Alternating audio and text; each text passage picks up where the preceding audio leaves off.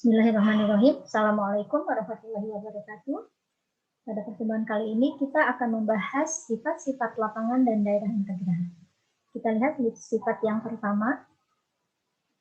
Diberikan sembarang ring R, jika R tidak memuat pembagi 0, maka hukum kanselasi berlaku di R.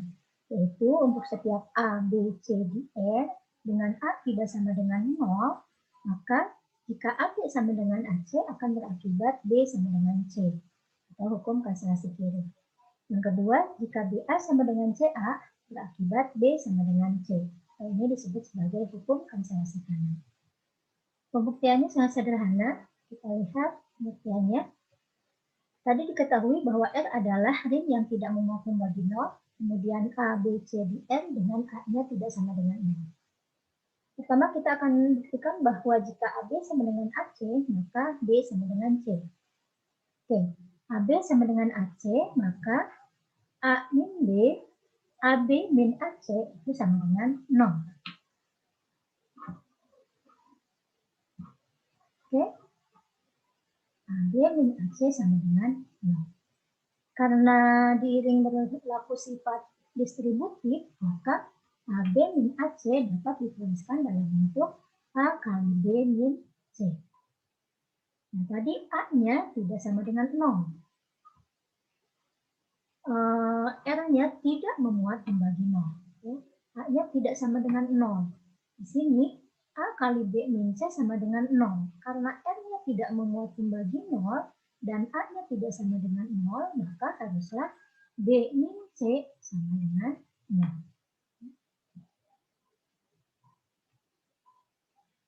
B min C sama dengan 0, artinya B sama dengan C.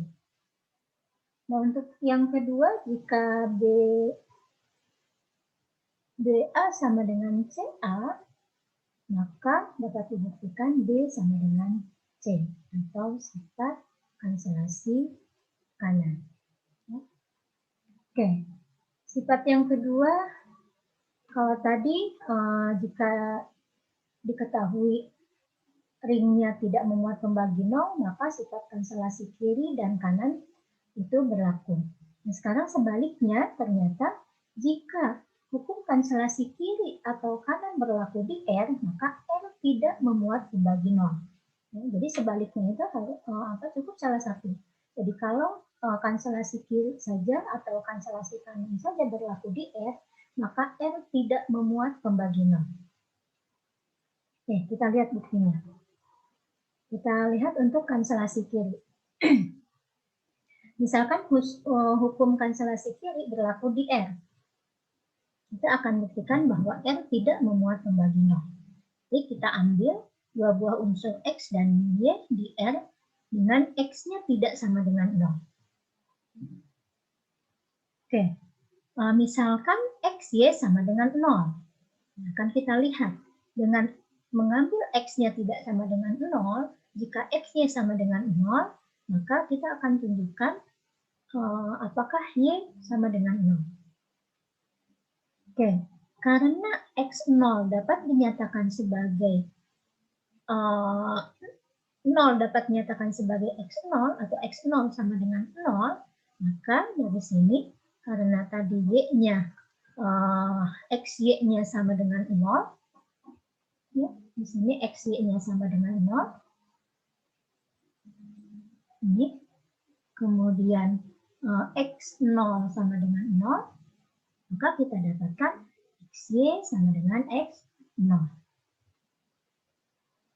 Nah, tadi hukum karena hukum kanselasi kiri berlaku di R, di sini ya diketahui bahwa hukum kanselasi kiri berlaku di R, maka XY sama dengan X0, di sini sama-sama ada X, mengakibatkan Y sama dengan 0. Jadi, dengan mengambil X-nya tidak sama dengan 0, ternyata kita dapatkan Y sama dengan 0. Nah, kita lihat sebaliknya, kalau YX sama dengan 0. Nah, kita andaikan Y-nya tidak sama dengan 0. Y0 itu bisa dinyatakan sebagai 0. Ya. Y0 sama dengan 0. Maka, karena Y0 sama dengan 0 di sini, maka YX sama dengan 0 mengakibatkan YX sama dengan Y0. Ya. Di sini YX sama dengan 0, kemudian Y0-nya sama dengan 0, sehingga YX sama dengan Y0. Nah, tadi karena hukum konselasi Curie berlaku di R, maka YX sama dengan Y0 mengakibatkan X-nya sama dengan 0. Ya, X-nya ini sama dengan 0.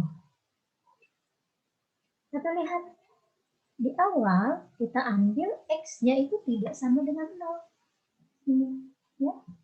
Tapi di sini dengan mengasumsikan bahwa kita andaikan Y-nya tidak sama dengan 0, ternyata kita dapatkan X-nya sama dengan 0.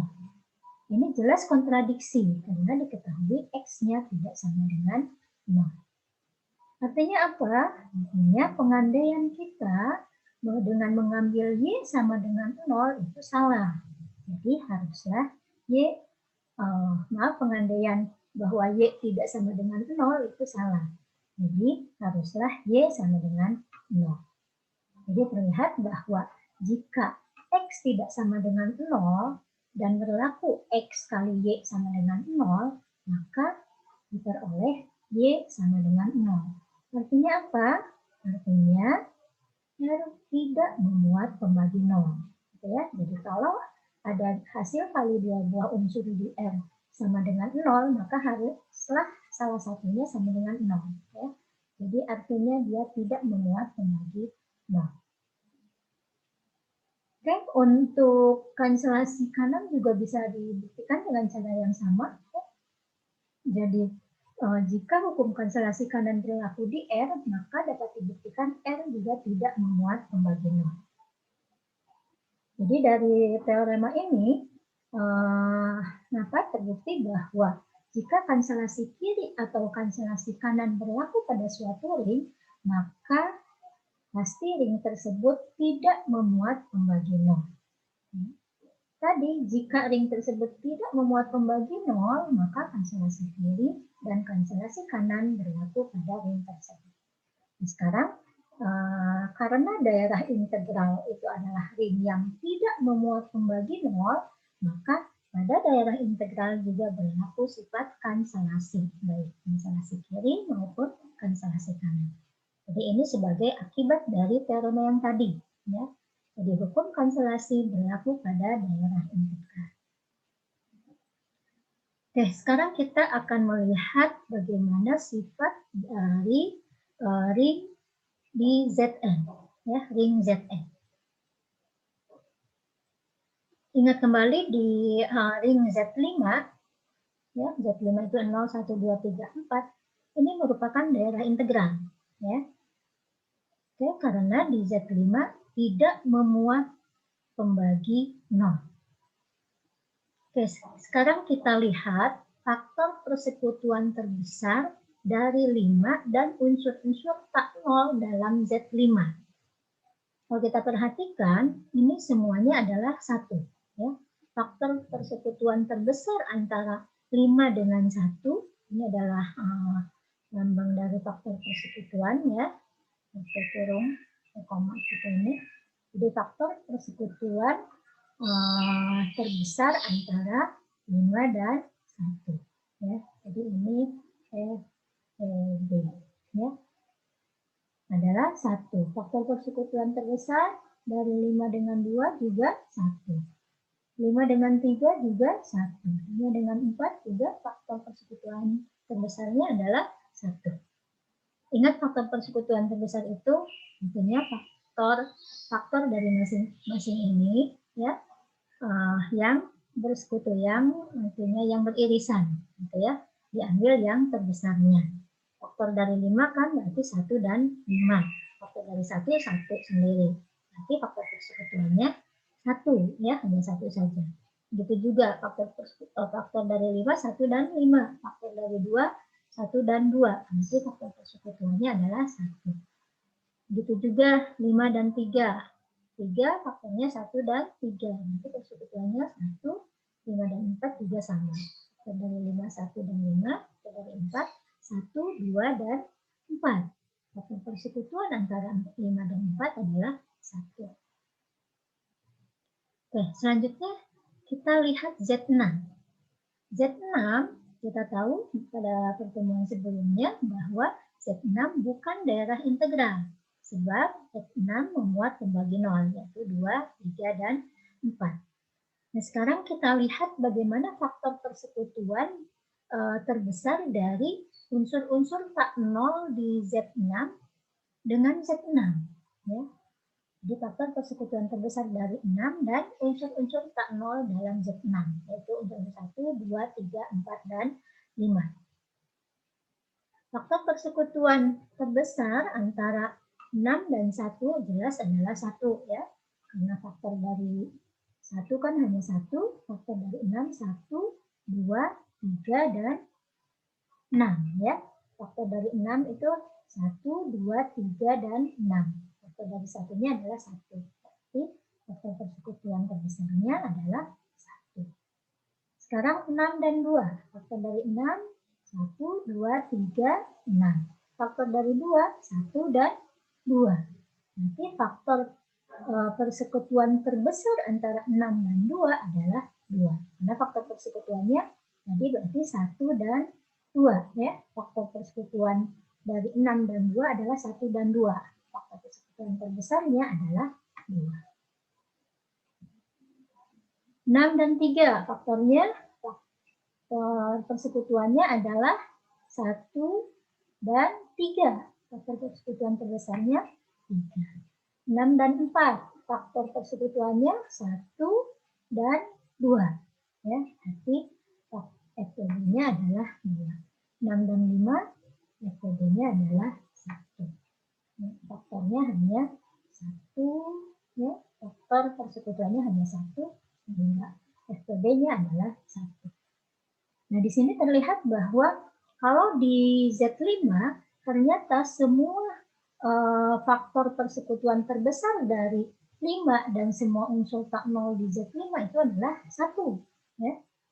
Nah, sedangkan di Z6 faktor persekutuan terbesar dari 6 dan unsur-unsur tak nol dalam Z6 tidak semuanya 1.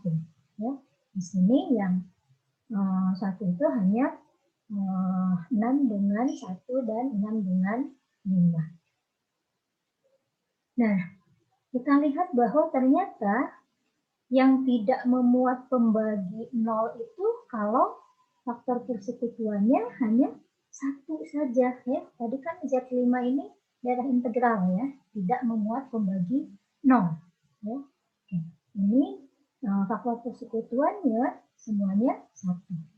Sedangkan di Z6 kita lihat untuk 2, 3, dan 4 ini faktor persekutuannya dengan 6 tidak sama dengan 1. Ya? Tidak sama dengan 1. Dan kalau kita perhatikan 2, 3, dan 4 itu adalah elemen-elemen pembagi 0 di Z6. Ya? Jadi dari sini kita bisa melihat bahwa elemen-elemen pembagi 0 di Z6 itu adalah elemen-elemen yang faktor persekutuan terbesarnya dengan 6 itu tidak sama dengan 1. Ya. Oke. Nah, sekarang kita lihat definisi berikut. Oh ya, sebelumnya ingat ada dua buah bilangan bulat positif A dan B dikatakan relatif prima jika faktor persekutuan terbesar dari A dan B adalah 1. Yaitu A, B sama dengan 1. Di sini kita lihat berarti di sini yang yang relatif primanya di sini semuanya relatif prima ya. Di Z5 unsur-unsur yang tidak nol, faktor persekutuan dari unsur-unsur yang tidak nol dengan 5 itu semuanya 1. Ya, berarti unsur-unsur dari Z5 yang tidak nol itu relatif prima terhadap Z5. Jadi 1, 2, 3, 4 semuanya relatif prima terhadap 5. Sedangkan di sini di Z6 yang relatif prima hanya 1 dan 5. Sedangkan 2, 3, dan 4 ini tidak relatif prima. Ya. Ini 2, 3, dan 4 tidak relatif prima. Sehingga di sini kita bisa menyimpulkan bahwa unsur-unsur yang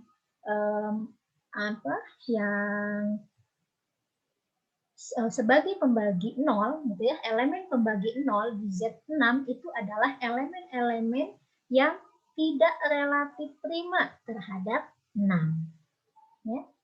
Oke, jadi elemen-elemen tak 0 di elemen-elemen pembagi 0 di Z6 adalah elemen-elemen yang tidak relatif prima dengan 6. Nah, hal ini dituangkan dalam teorema berikut, ya. Elemen-elemen pembagi 0 dalam Zn adalah A yang tidak relatif prima terhadap N.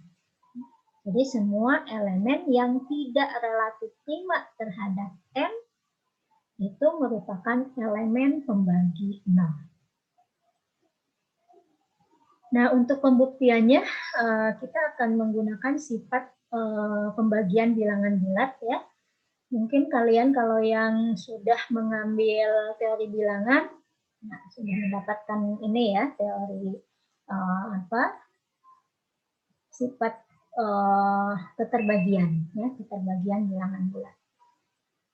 Jadi jika A, B anggota Z bilangan bulat dan A-nya tidak sama dengan 0, maka A dikatakan membagi habis B, ditulis seperti ini ya, A habis B, jika terdapat C sehingga B sama dengan AC. Ya, artinya habis membagi itu kalau A-nya habis membagi B jika B itu adalah kelipatan dari A. Dua buah bilangan bulat positif A dan B dikatakan relatif prima, yang tadi ya, jika faktor persekutuan terbesar dari A dan B adalah 1. Atau A, B sama dengan 1. Nah, sifat yang ketiga, jika A, B sama dengan D, atau FPB antara A dan B sama dengan D, maka artinya D membagi habis A dan D membagi habis B. Ya. Kemudian yang keempat, jika A membagi habis BC dan FPB dari AB sama dengan 1 atau A dan B relatif prima, maka A membagi habis C. Ya, ini ingat kembali ya. Jadi ini kita gunakan untuk membuktikan teorema ini. Oke, kita lihat buktinya. Kita akan buktikan tadi bahwa elemen pembagi 0 itu yang tidak relatif prima, gitu kan? Oke, kita ambil sembarang M di Zn dengan M-nya yang tidak 0. Ya, karena tadi kita bicaranya bilangan bulat ya. Yang pertama kasus kasus FPB dari M dan M-nya sama dengan D yang tidak sama dengan 1. Ya. Jadi kita ambil FPB M dan N-nya tidak sama dengan 1. Maka N per D itu tidak sama dengan 0. Ya. Jadi karena D-nya kan ininya kan bilangan bulat ya, bilangan bulat positif, N-nya tidak sama dengan 0 ya, Zn gitu kan, karena Zn N-nya tidak sama dengan 0, maka N per D juga tidak sama dengan 0. Maka kita peroleh M kali N per D bisa kita tuliskan dalam bentuk M per D kali N. Ya, karena di sini bilangan bulat ya, bilangan bulat. Oke ya, jelas di sini M kali N per D itu sama dengan M per D kali N. Ini hanya sifat pengelompokan saja kan pada bilangan bulat. Oke, nah di sini nanti kalau kita lihat M kali N per D sama dengan tadi M kali N per D, nah, M kali N per D ini sama dengan M per D kali N. Artinya apa? Artinya M kali N per D itu kelipatan dari N. Tadi ya, kelipatan Nah, kalau dia N kalinya berarti kan kelipatannya, ya, kelipatan dari N. Sehingga M kali N per D itu sama dengan 0. 0, kenapa 0? Karena kita bicaranya di Zn, ya. Kita bicaranya di Zn. Bilangan bulat modulo N, ya. Bilangan bulat modulo N. Maka semua bilangan bulat yang merupakan kelipatan dari N di Zn itu pasti sama dengan 0, ya. Yaitu N sendiri, gitu kan. Misalkan Z5 tadi. Z5 itu adalah 0, 1, 2, 3, 4. 0 itu mewakili 0, mewakili 5, kemudian mewakili 10, 15, semua kelipatan 5 di Z5 itu nilainya 0. Ya. Sehingga di sini karena M-nya kelipatan dari N, ya, maka M kali M kali N per D-nya kelipatan dari N, maka M kali N per D sama dengan 0. Ya. Ini 0-nya adalah 0 di Zn. Ya. Oke. Oke, kita lanjut. Nah, karena M kali N per D sama dengan 0, tadi ya, tadi kita, ini kita dapatkan, artinya kita dapatkan bahwa M kali N per D itu sama dengan 0. Tadi M-nya tidak sama dengan 0, kemudian kita dapatkan N per D-nya tidak sama dengan 0. Ya, sehingga kita dapat M kali N per D sama dengan 0. Apa artinya? Di sini M tidak sama dengan 0, N per D tidak sama dengan 0, maka hasilnya M kali N per D sama dengan 0. Berarti N per D itu elemen pembagi 0, gitu ya. M merupakan elemen pembagi 0 dalam Zn. Oke. Sekarang kita lihat untuk kasus FPB antara M dan N-nya sama dengan 1. Ya, kalau FPB-nya sama dengan 1. Tadi kasusnya kalau tidak sama dengan 1, ya. Artinya kalau tidak relatif prima. M dengan N-nya tidak relatif prima, maka kita dapatkan M itu merupakan elemen pembagi 0. Sekarang kasus M dan N-nya sama dengan 1, relatif prima. Kita misalkan S adalah anggota Zn yang memenuhi MS sama dengan 0. Ya. MS-nya sama dengan 0. Tadi M-nya tidak sama dengan 0. MS sama dengan 0. Ya. Nah, karena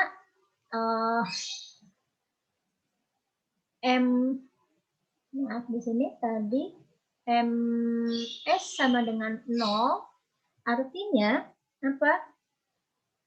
MS adalah kelipatan dari N, gitu kan ya?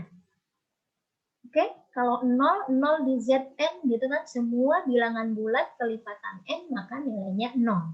Berarti MS, arti MS sama dengan 0, artinya MS adalah kelipatan dari N, ya. Jadi ini artinya MS kelipatan dari N. Apa artinya kalau MS kelipatan dari N, maka pasti MS habis dibagi oleh N. Ya. Jadi N membagi habis N. Jadi makanya ke sini. Ya. Maka N membagi habis MS. Ya. Tadi berdasarkan yang definisi yang tadi. Tadi karena MN-nya relatif prima, nah, berdasarkan teorema yang keempat ya, yang sifat yang keempat tadi, karena Mn sama dengan 1 dan N membagi habis Ms, gitu ya, maka N membagi habis S. Ya. Ini. Ya. Maka N-nya membagi habis S. Ini ya. Jadi karena N membagi habis Ns dan mn-nya sama dengan 1 atau m dan n-nya relatif prima, sifat yang keempat tadi, maka n membagi habis s. Akibatnya apa? Akibatnya kalau n membagi habis s, maka s sama dengan 0. Gitu ya. Kenapa s-nya sama dengan 0? Tadi n membagi habis s atau s habis dibagi oleh n. Artinya sisa pembagian S oleh N itu sama dengan 0. Berarti S-nya dalam Zn itu sama dengan 0. Jadi M bukan pembagi 0 dalam Zn. Oke, jadi dari sini kita buktikan bahwa kalau kita ambil Mn-nya tidak sama dengan 1 atau M dan N-nya tidak relatif prima, maka M merupakan elemen pembagi 0 dari Zn. Tapi kalau M dan N-nya relatif prima, ya, maka M-nya bukan elemen pembagi 0.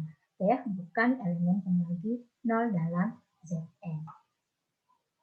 Oke, jadi dari sini menunjukkan bahwa elemen-elemen tak nol dalam Zn adalah elemen yang, bukan elemen-elemen tak nol ya, elemen-elemen pembagi nol. Ya, ini harusnya elemen pembagi nol. Elemen-elemen pembagi nol.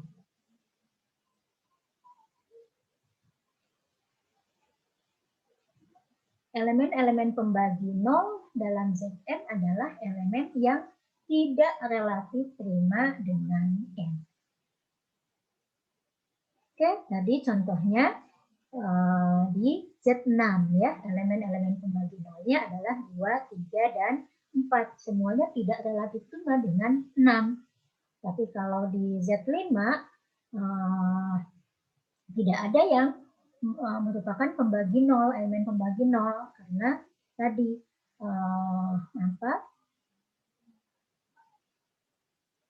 relatif prima ya, semua elemen di Z5 itu relatif prima dengan 5, sehingga tidak memuat Z5 tidak memuat pembagi nol. Oke, sebagai akibat dari teorema yang tadi, maka jika P bilangan prima, maka ZP tidak memuat pembagi nol. Dan akibatnya ZP merupakan daerah integral. Ya.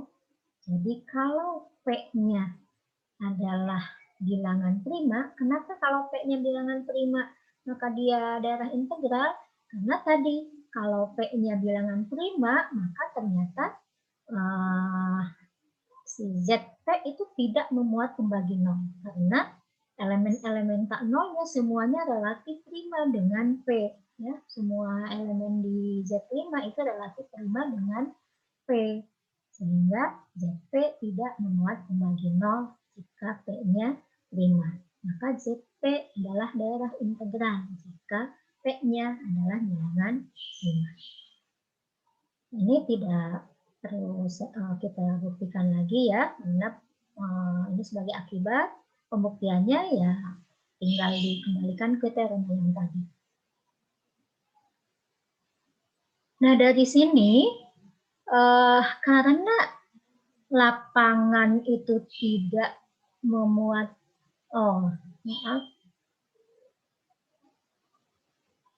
ini teorema yang baru ya, bukan akibat.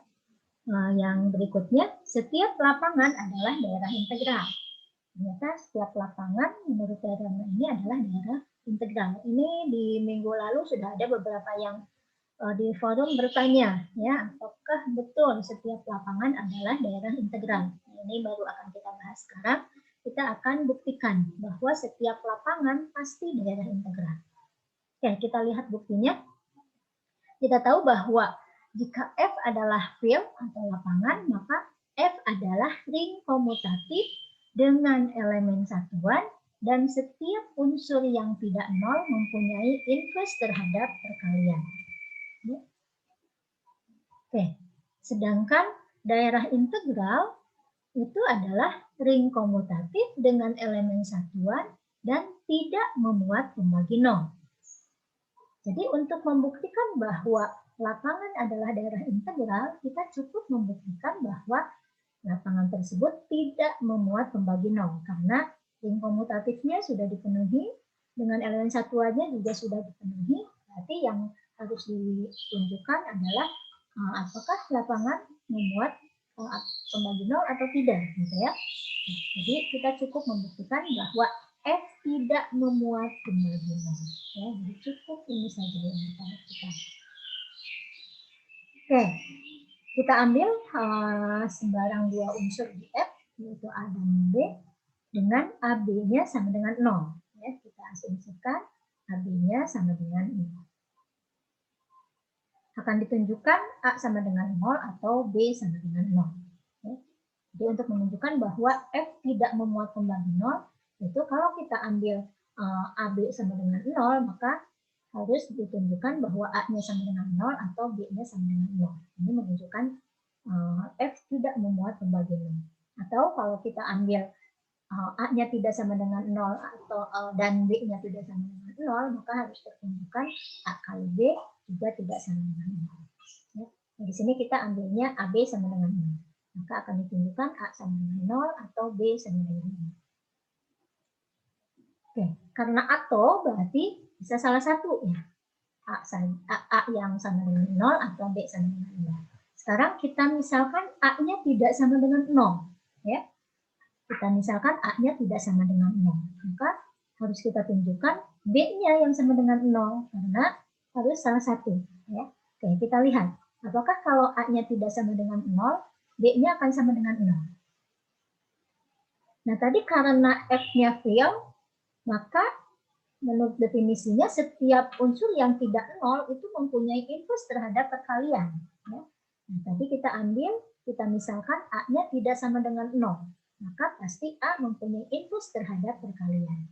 Jadi terdapat A inverse di F, sehingga A inverse sama dengan 1. Ini adalah elemen satuan. Nah, tadi karena AB-nya sama dengan 0, ya, maka kita dapatkan A inverse kali AB ini sama dengan A inverse kali 0. Ya. Jadi AB sama dengan 0, kita kalikan semua ruasnya, ruas kiri dan kanan dengan A inverse. Maka dari sini dengan menggunakan sifat sifat asosiatif, ya, asosiatif terhadap perkalian, maka kita dapatkan A inverse kali B sama dengan 0. Ya, karena setiap unsur dikalikan dengan 0, miring hasilnya 0. Jadi A inverse B sama dengan 0. Nah, A inverse itu sama dengan 1, ya, elemen satuan. Maka kita dapatkan 1 kali B sama dengan 0. Karena 1 adalah elemen satuan, maka 1 kali B sama dengan B. Sehingga kita dapatkan B sama dengan 0. Jadi dengan misalkan A-nya tidak sama dengan 0, kemudian di mana AB-nya sama dengan 0, ternyata kita dapatkan B-nya sama dengan 0. Nah, artinya salah satu dari A atau B itu sama dengan 0. Oke, jadi dari sini kita dapatkan bahwa F tidak memuat pembagi 0. Dengan demikian F merupakan daerah integral. Ya, nah tadi salah satu sama dengan 0. Jadi terbukti bahwa setiap lapangan adalah daerah integral.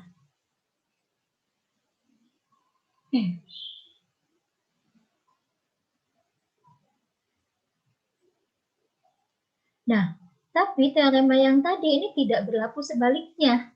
Ya, daerah integral ini belum tentu lapangan. Ya.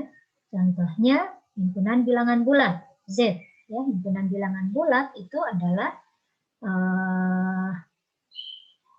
himpunan bilangan bulat daerah integral.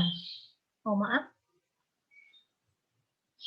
Ya, himpunan bilangan bulat adalah lapangan, tapi dia bukan himpunan bilangan bulat Z. Himpunan bilangan bulat daerah integral ya, tidak memuat pembagi 0, tapi bukan lapangan ya, karena tidak semua unsurnya mempunyai inverse, ya. Jadi tidak semua daerah integral merupakan lapangan. Tapi ternyata daerah integral berhingga itu merupakan lapangan, ya.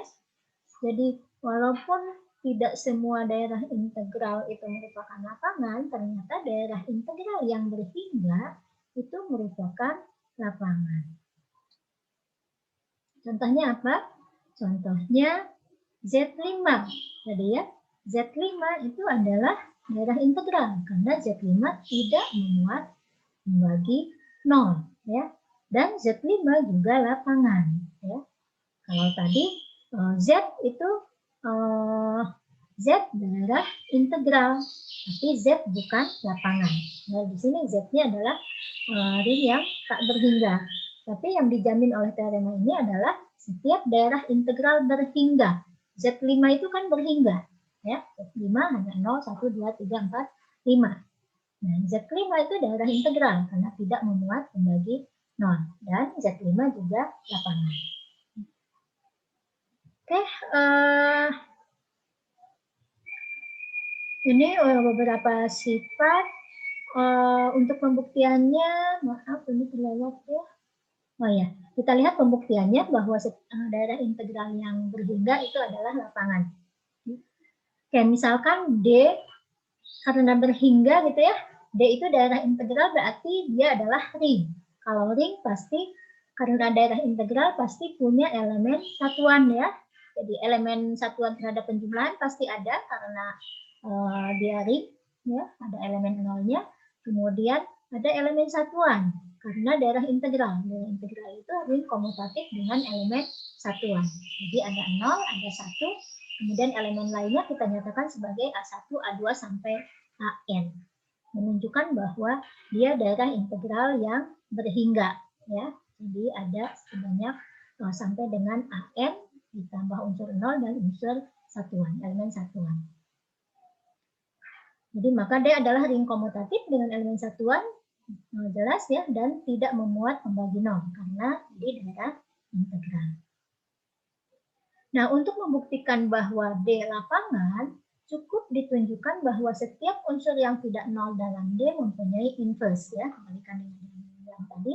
Jadi karena daerah integral itu adalah ring komutatif dengan elemen satuan dan tidak memuat pembagi 0, film itu adalah ring komutatif dengan elemen satuan ya, dan setiap unsur yang tidak 0 mempunyai inverse.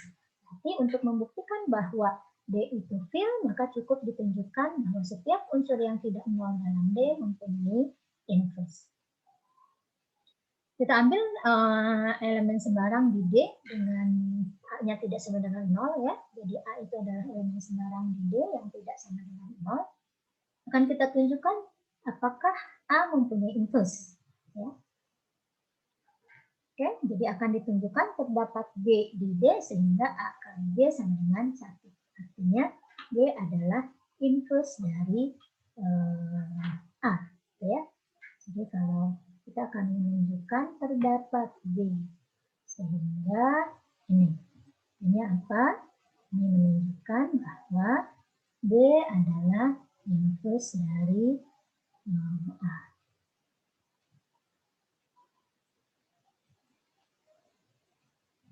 Oke, kita lihat selanjutnya. Nah, tadi kan D-nya 0, 1, A1 sampai dengan AN. Ya. Maka A1, A kali 1, kemudian A kali A1, A kali A2, dan seterusnya sampai A kali AN adalah unsur-unsur yang berbeda di dalam D.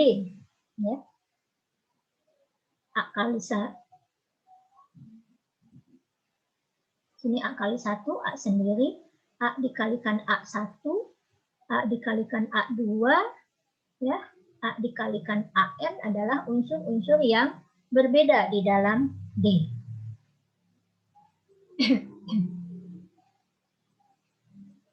Oke. Nah, sebab kenapa? Ya, kenapa ini unsur-unsur yang berbeda? Sebab jika A kali AI sama dengan A kali AJ, maka karena di dalam D itu berlaku sifat kanselasi tadi ya, A kali AI sama dengan A kali AJ, maka AI sama dengan AJ. Ya. Oke. Kalau A kali AI sama dengan A kali AJ, maka AI sama dengan AJ. Sedangkan kita sudah mendefinisikan bahwa A1, A2 sampai AN tadi adalah anggota D. Berarti kan unsur-unsurnya berbeda. Ya. Maka kalau unsur-unsur ini dikalikan dengan A dari kiri, maka hasilnya merupakan unsur yang berbeda. Oke. Nah, karena D tidak memuat pembagi 0, ya, karena D tidak memuat pembagi 0 dan A-nya tidak sama dengan 0, tadi kita kita ambil sembarang A yang tidak sama dengan 0. Ya. A-nya tidak sama dengan 0, kemudian D tidak memuat pembagi 0, maka A kali AI itu tidak sama dengan 0. Ya. Oke, karena dia tidak memuat pembagi 0. Ya. Jadi hasil kalinya pasti tidak sama dengan 0 untuk semua I. Ya. Untuk semua I. Artinya A kali A1, A kali A2, dan seterusnya itu semuanya tidak sama dengan 0. Nah, akibatnya kalau dia tidak tidak sama dengan 0, maka hasil nilai-nilai dari ini, hasil kali A dengan 1, A dengan A1, dan seterusnya, itu tidak lain adalah nilai-nilai di antara ini sendiri, gitu ya. 1, A1, A2, sampai AN, yang mungkin urutannya saja yang mungkin berbeda. Ya. Karena tadi dia tidak mungkin sama dengan 0, maka nilainya pasti adalah ini sendiri. Karena kan sifat tertutup dipenuhi di dalam ring, ya, di dalam daerah integral sifat tertutup dipenuhi, maka hasil kali ini itu adalah nilainya adalah ini sendiri, 1, A1, A2 sampai dengan AN, karena sifat tertutup, dan tadi hasilnya tidak sama dengan 0. Dia tidak ada yang nilainya sama dengan 0. Jadi nilainya hanya ini, 1, A1, A2 sampai AN. Mungkin A kali A1-nya A yang keberapa, mungkin A yang ketiga, gitu ya, mungkin A yang keempat, dan seterusnya. Ya. Yang jelas nilainya ini dalam urutan yang berbeda. Oke, artinya dengan demikian di antara hasil kali ini, ya, karena tadi ini nilainya tidak lain adalah 1, A1, A2 sampai dengan AN, ya. Bisa ini di antara ini ada yang 1, gitu kan? Ada di antara ini AA1, ini bisa jadi yang nilainya 1 dan seterusnya, ya. Jadi di antara nilai-nilai ini mungkin A1 sama dengan 1 atau AAI sama dengan 1. Jadi mungkin yang ini sama dengan 1, ini sama dengan 1, di antara ini pasti ada yang sama dengan 1 tadi, ya. Nilainya kan ini pasti ini ada, di antara ini ada yang sama dengan 1. Artinya di antara nilai ini ada yang merupakan pengalinya merupakan inverse dari A. Jadi A mungkin A1 sama dengan 1, artinya kalau A1 sama dengan 1 berarti inverse dari A-nya adalah 1. Atau mungkin A kali AI sama dengan 1 untuk suatu I, untuk suatu artinya ada. Entah yang mana, A kali AI sama dengan 1. Artinya apa? Mungkin 1 itu adalah inverse dari A, atau AI itu inverse dari A untuk suatu I. Ini jadi A pasti mempunyai inverse. Ya. Kita ambil tadi A-nya sembarang elemen di D, ya, sembarang elemen di D yang tidak 0, maka ternyata pasti A mempunyai inverse. Ini menunjukkan karena diambil elemen sembarang, maka menunjukkan setiap unsur yang tidak 0 di D mempunyai inverse. Artinya apa? Kalau setiap unsur yang tidak 0 mempunyai inverse, maka D-nya merupakan lapangan. Oke, intinya sebagai akibatnya, jika P bilangan prima, maka ZP lapangan. Jadi berlaku dua-duanya, ya. Karena tadi jika P-nya bilangan prima, maka ZP daerah integral Nah, ternyata jika P bilangan prima, maka CP juga larangan. Baik, demikian untuk pertemuan kali ini, jadi sifat-sifat dari lapangan dan dari integral. Mudah-mudahan bisa dipahami dengan baik. Jika ada yang ditanyakan, silahkan ditanyakan di forum. Bila topik hidayah, wassalamualaikum warahmatullahi wabarakatuh.